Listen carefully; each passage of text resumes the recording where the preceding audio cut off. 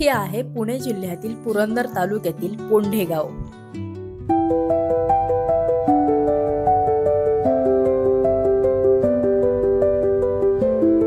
गावकऱ्यांच्या सहभागातून आणि विविध संस्थांच्या पुढाकारातून गावात मोठ्या प्रमाणात जलसंधारणाची कामं झाली आहेत।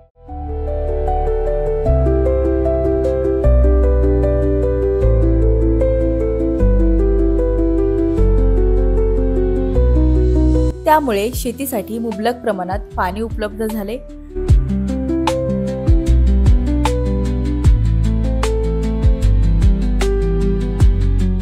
पर्यायाने गावात समृद्धी आली आहे।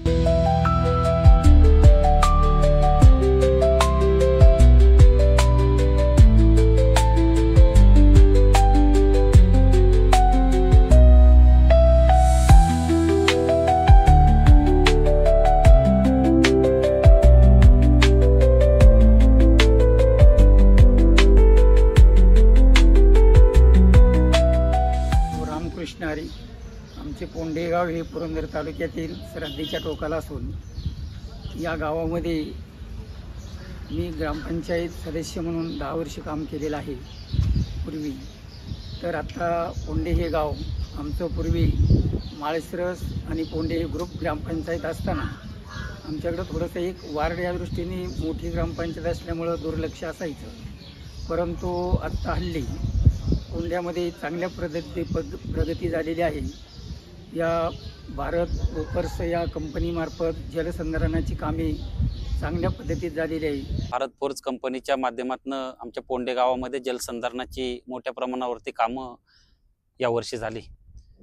2025 मध्ये एप्रिल आणि मे महिन्यामध्ये पुरंदर तालुक्याचे कार्यक्षम तहसीलदार विक्रमजी राजपूत सर यांच्या मार्गदर्शनाखाली भारत फोर्स कंपनीच्या माध्यमातून गावामध्ये मोठ्या प्रमाणावरती जलसंधारणाची कामं सुरू झाली। या जलसंधारणाच्या कामामध्ये जुन्या ओढ्यांचं खोलीकरण, नवीन बंधारे तयार करणे, साखळी बंधारे तयार करणे अशा स्वरूपाची कामं त्या ठिकाणी जलसंधारणामध्ये झाली। पोंढे गाव हे आमचं पुरंदर तालुक्याच्या पूर्व भागामध्ये असणारं गाव आणि गावचा संपूर्ण पाणलोट हा पूर्व बाजूला आहे। वर्षानुवर्ष पावसाचं पडणारं पाणी पूर्व बाजूला त्या ठिकाणी वाहून जातं आणि मग ऐन फेब्रुवारी, मार्च, एप्रिल या महिन्यामध्ये गावाला पाणी टंचाईचा सामना त्या ठिकाणी करावा लागतो।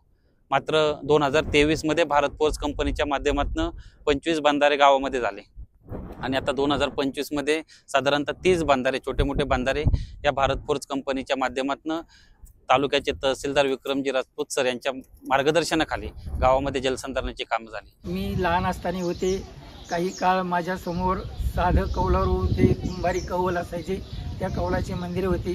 कालांतराने आमच्या कालावधीमध्ये आम्ही चांगल्या प्रकारे बँगलोर कौलाची मंदिरं तयार केली आणि आज रोजी जर पाहिलं तर चांगल्या तरुणांच्या हातामध्ये आम्ही त्यांना सहकार्य करून त्या तरुणांनी अशा पद्धतीने आज स्लॅबमध्ये मंदिरं आमची गावामध्ये सर्व मंदिरे स्लॅबमध्ये झालेली आहेत। त्याच पद्धतीने गावचं गाव विकास हे सर्व लोक एकत्र येत असताना ही कामं पाहत असताना चांगल्या पद्धतीची साथ मिळते, सर्वांची कामं होतात।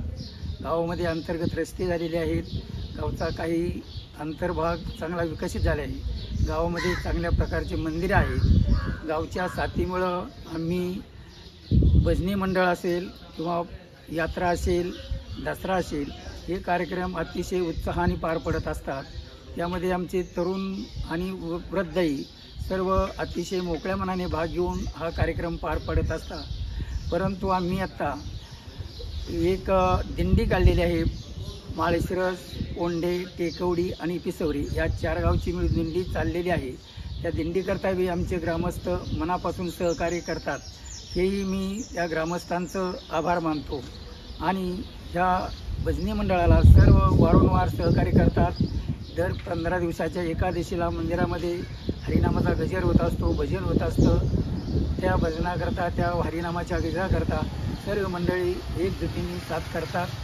आमच्या पोंढे ग्रामस्थांनी या ठिकाणी राज्यामध्ये आपण पाहतो की ग्रामविकासाला सर्वत्र या ठिकाणी चालना मिळत असताना आमच्या पोंढे ग्रामस्थांनी 20 वर्षापूर्वी या ठिकाणी ग्रामविकासाचा संकल्प करून सर्व ग्रामस्थ या ठिकाणी गावातील तरुण वर्ग हिवरे बाजार अळगणसिद्धी याला भेट दिल्यानंतर 20 वर्षापूर्वी ग्रामस्थांनी एकत्र येत मागील 3 पंचवार्षिक या ठिकाणी ग्रामपंचायत बिनविरोध केल्या।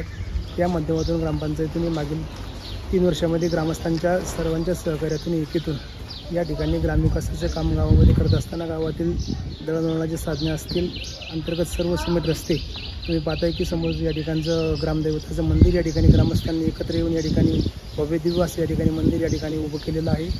आपण जलसंधारणाबाबत यापूर्वीचं ऐकलं असेल, आमच्या सहकाऱ्यांनी सांगितलेलं. जलसंधारणाचं काम करत असताना आमच्या ग्रामस्थांनी गावच्या काही भागामध्ये पिण्याच्या पाण्याच्या सुविधांबरोबर शेतीच्या पाण्याचा प्रश्न होता.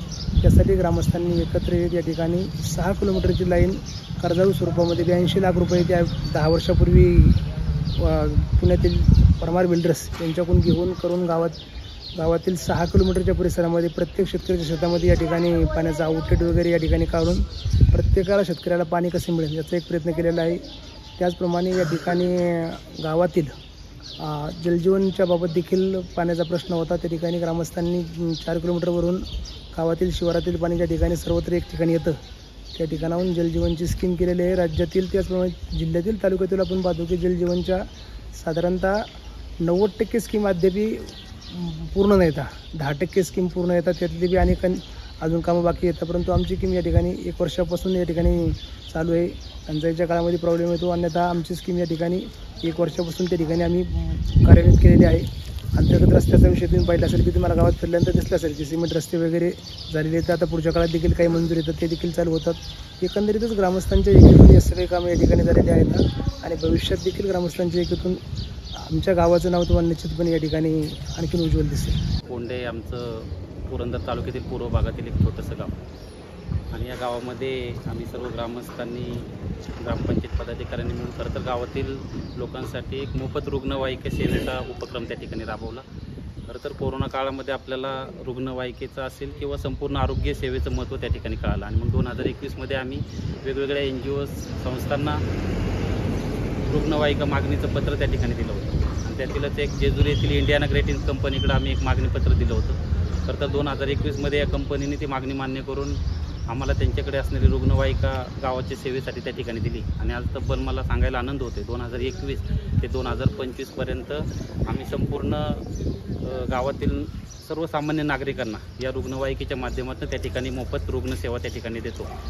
24 तास ही रुग्णवाहिका त्या ठिकाणी गावामध्ये उभी असते. आत्तापर्यंत जवळजवळ 200पेक्षा जास्त सर्वसामान्य नागरिक, महिला, ग्रामस्थ यांना या रुग्णवाहिका सेवेचा त्या ठिकाणी लाभ झालेला आहे आणि ही रुग्णवाहिका सेवा देत असताना कुठल्याही प्रकारचं शुल्क त्या ठिकाणी आम्ही आकारत नाही.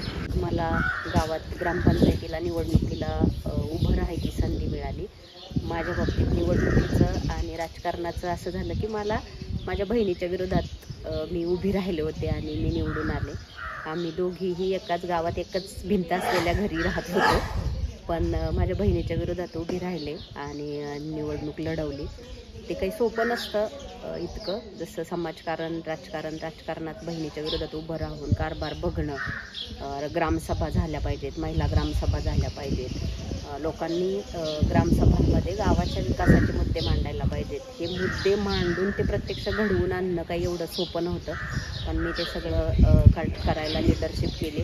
त्याच्यामध्ये मला जेवढं गावाचा खूप सपोर्ट होता तेवढाच मला त्रासही होत होता, कारण ग्रामसभा घडवून आणणं काही सोपं नव्हतं. आणि माझ्याकडं मी जेव्हा ग्रामपंचायत सदस्य होते तेव्हा पहिल्यांदा अगदी आमचं ग्रामपंचायतीची रूम महिलांच्या ग्रामसभेला भरलेली असायची, म्हणजे 100च्या दरम्यान महिला ग्रामपंचायतीला यायच्या ग्रामसभेला आणि त्या मुद्दे मांडायच्या. एकूणच महिला सक्षमीकरण करत असताना महिलांनी ग्रामसभांमध्ये येऊन मुद्दे मांडता स्वतःच्या हक्कांबद्दल पण बोलायला पाहिजे. आणि म्हणून मग महिलांचे आरोग्य हक्क असतील, महिलांवर होणारी हिंसा थांबवणं असेल, तर अशा प्रकारे महिलांमध्ये जाणीवजागृती करणं आणि महिलांचं सक्षमीकरण करणं असं मी काम करत आहे. मी सध्या संविधानाच्या मुद्द्यांना घेऊन पण काम करते, कारण संविधानाची मूल्य जपली पाहिजेत आणि नुसती जपून चालणार नाही, तर एकूणच संविधानाच्या मूल्यांना घेऊन लोकांनी रोजचं आयुष्य पण जगलं पाहिजे. विशेषतः मी सध्या महिला संविधानातला धर्मनिरपेक्षता हा विषय घेऊन, स्त्री पुरुष समानता हा विषय घेऊन लोकांबरोबर बोलते. जलसंधारणाची कामं सुरू असताना ग्रामस्थांना वेगवेगळ्या प्रकारचे फायदे त्या ठिकाणी झाले. जलसंधारणाची कामं सुरू असताना ग्रामस्थांनी त्या बंधाऱ्यातून निघणाऱ्या काळ्या मातीच्या माध्यमातून आपली नापीक असणारी जमीन त्या ठिकाणी सुपीक करून घेतली. काही शेतकऱ्यांनी त्या बंधाऱ्यातून निघणाऱ्या मुरमाच्या साहाय्याने आपल्या शेतामध्ये जाण्यासाठी पाणंद रस्ते तयार करून घेतले आणि मग ही जलसंधारणाची कामं सुरू असताना वेगवेगळ्या प्रकारचे तेही फायदे त्या ठिकाणी शेतकऱ्यांना झाले. भविष्यामध्ये पावसाचं पडणारं पाणी हे गावातच त्या ठिकाणी अडलं जाणार आहे आणि हळूहळू त्या ठिकाणी भूजल पातळी देखील गावची वाढू लागलेली आहे आणि भविष्यामध्ये पाणी टंचाईचा सामना त्या ठिकाणी गावाला खऱ्या अर्थानं करावा लागणार नाही.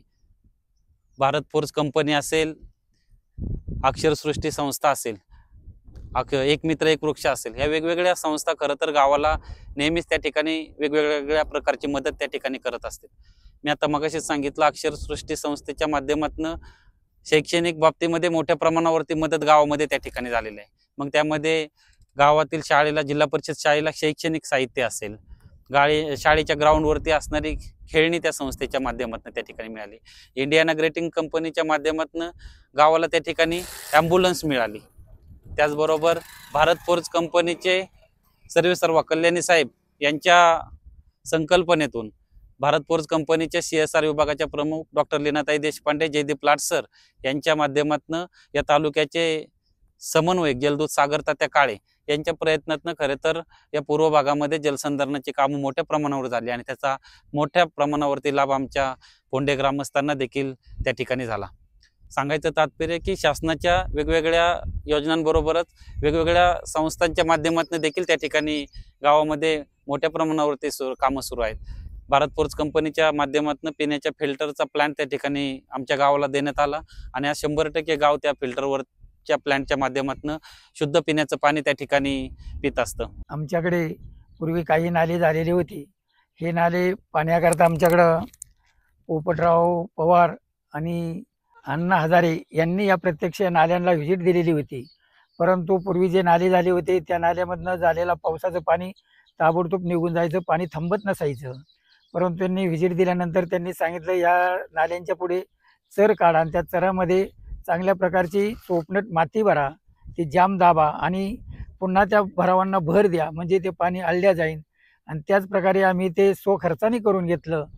आणि त्यानंतर मग आम्हाला या भारत फोर्स कंपनीने अशी साथ केली. पाऊस कमी प्रमाणात होता त्या टायमात थोडं पाणी थांबायचं, परंतु आता हे नाले चांगल्या पद्धती झाल्यामुळं, त्यातला गाळ काढल्या गेल्यामुळं, खोली वाढल्यामुळं पावसाचंही पाणी अधिक पुरंदर उपसा हे जलसिंचन झाल्यामुळं पुरंदर उपसाचं पाणी आमच्याकडं भरपूर प्रमाणामध्ये थांबलं जातं. आणि त्यामुळंच आमच्याकडं हे आमच्या समोर जे आत्ता दिसते हे सुधारणा झालेली रोडचं काम झालेलं आहे. आम्ही या पोंडे गावामध्ये चांगल्या एकजुटीने लीनाताई देशपांडे आणि सागर काळे तात्या यांच्या या माध्यमातून खूप मोठा विकास झालेला आहे. तो विकास चांगल्या प्रकारे झाला आहे. आत्ता इथं या समोर आमच्या पुढे इथं काही गोटे दिसतात, काही पाणी थांबलेले दिसते, काही आमच्याकडे वाहनं झालेली आहेत. तरी पाणी थांबल्यामुळं आम्हाला शेती चांगली करता आलेली आहे. अजूनही त्यांचा प्रयत्न आहे की चांगले बगीच्याला वांजाऱ्यासारखे बागायत करा, सीताफळीसारखे उन्नतीचे रोपं घ्या, फ्रूट घेतल्यामुळंच काहीतरी शेतकऱ्यांचा फायदा होईल. आमच्या गावामध्ये अखंड हरिनाम सप्ताह हा राम जन्म तर हनुमान जयंती या कालावधीमध्ये चांगल्या प्रकारे होतो. गावामध्ये त्या प्रकारे अन्नदान खूप मोठ्या प्रमाणात होतं. सर्व लहान थोर शेतकरी, सर्व ग्रामस्थ, सर्व कुटुंब या कार्यक्रमामध्ये हजर होतात आणि जातीनं तो कार्यक्रम पार पाडतात. ग्रामविकासाबरोबरच गावामध्ये शांतता व सलोखा राखण्याचं काम देखील सर्व ग्रामस्थ आणि युवक त्या ठिकाणी करत असतात. दरवर्षी गावामध्ये एक गाव एक गणपती या माध्यमातून सर्वजण एकत्र येऊन उत्साहामध्ये हा सण साजरा करत असतात. सांगायला मला आनंद वाटतो की आमच्या या गावामध्ये कुठल्याही प्रकारचे अवैध धंदे त्या ठिकाणी नाही आहेत. अशा पद्धतीनं शांतता व सलोख्यामध्ये राहणार असणारं हे गाव. एक तर आपण सुरुवातीपासूनच महिलांना दिलं गेलेलं दुय्यम स्थान आहे ते समाजाने कुटुंबापासून बदलायला पाहिजे. म्हणजे जर आपण बघितलं तर कुटुंबामध्ये मुलगा मुलगी भेदभाव आज आपण कितीही म्हणत असू की भेदभाव होत नाही, पण भेदभाव होताना दिसतो. कारण जेवायला बसताना पण भेदभाव आहे, शिक्षणामध्ये भेदभाव आहे. समाजामध्ये शिक्षण, मुलांना कर्ज काढून शिक्षण दिलं जातं, पण मुलींना अजूनही तसं विचार केला जात नाही. त्यामुळं मुलींना पहिल्यांदा शिक्षणाची संधी द्यावी, मुलींना नोकरीमध्ये आणावं, जेणेकरून मुली स्वतःच्या हक्कांबद्दल बोलायला लागतील. त्यामुळे मुलींना शिक्षण प्राधान्यक्रमाने देणं, त्यांना नोकरी लागणं हे सगळं करायला पाहिजे. मुलींचं दुय्यम स्थान बदलायचं असेल तर मुलींना जो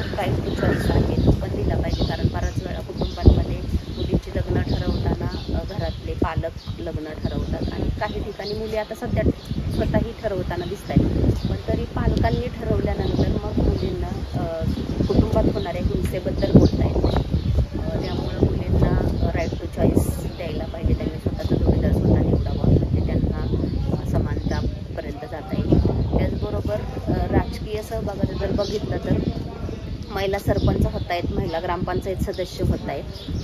पण कारभार बघताना आपल्याला बराच वेळा असं दिसतंय की पुरुष कारभार बघतायत. म्हणजे स्त्रियांचे नवरे, म्हणजे कितीही 50% आरक्षण आलं असतं तरी पुरुषांनाच, म्हणजे सरपंच पती नाही म्हणत तर सरपंच हे पुरुषांना बोललं जातं, बायको सरपंच असते तरी. तर ही व्यवस्था रोजचं आयुष्य जगताना बदलायला पाहिजे, की ठरवून म्हणायला पाहिजे. म्हणजे ओळख करून देताना, नवऱ्याची ओळख करून देतानाच सरपंच अशी ओळख करून दिली जाते, तर तशी न देता हे ग्रामस्थ म्हणून ओळख करून दिली, अशी सुरुवात जर केली आणि सरपंच बाईची ओळख सरपंच म्हणूनच करून दिली तर हे बदलायला सोपं जाईल. आणि स्त्रियांनी पण स्वतः बदलायला पाहिजे, कारण बराच वेळा असं होतं की ग्रामपंचायतींमध्ये खुर्चीवर बसलेली एखादी महिला असेल तर एखाद्या गावातला प्रतिष्ठित पुरुष आला तर ती उठते आणि ती खुर्ची त्यांना देते. तर हे वातावरण काय अजूनही फार बदललेलं दिसत नाही, तर हे बदलायला पाहिजे. आणि म्हणून स्त्रियांना घराच्या पातळीवर आणि घराच्या बाहेर जर संधी मिळाली, ती संधी निर्माण करून द्यायला लागत, कारण त्यांना घरातलं कामाचं ओझं आणि नोकरीची जबाबदारी, शेतीची जबाबदारी, मजुरीची जबाबदारी, ह्या सगळ्यांमध्ये घरातल्या कुटुंबाची जबाबदारी, हे सगळं बघता त्या संधी घेऊ शकत नाही आणि माहितीचा अभाव असल्यामुळं त्या निर्णय घेऊ शकत नाही. तर आपल्याला त्यांना संधी द्यायला लागेल, त्यांचा अभ्यास वाढवायला लागेल. जरी महिला कमी शिकलेल्या असल्या तरी अभ्यास केल्यानंतर अनुभवातून त्या शिकू शकतात असं मला वाटतं. त्यामुळे हे दुय्यम स्थान बदलायला, समानता आणण्यासाठी पुरुष आणि महिला दोघांनाही बदलण्याची गरज आहे. तरच हा समानतेच्या पातळीवरचं किंवा हे दुय्यम स्थान महिलांमधलं बदलायला सोपं जाईल. कारण घरकाम फक्त बाईचं काम आहे असं म्हणलं जातं, पण मला असं वाटतं की घरकाम नव्हे, फक्त बाईचं काम करू शकतात ते पुरुषही छान. तर ते पुरुषांनी जबाबदाऱ्या घेतल्या तर महिला पुढे येतील.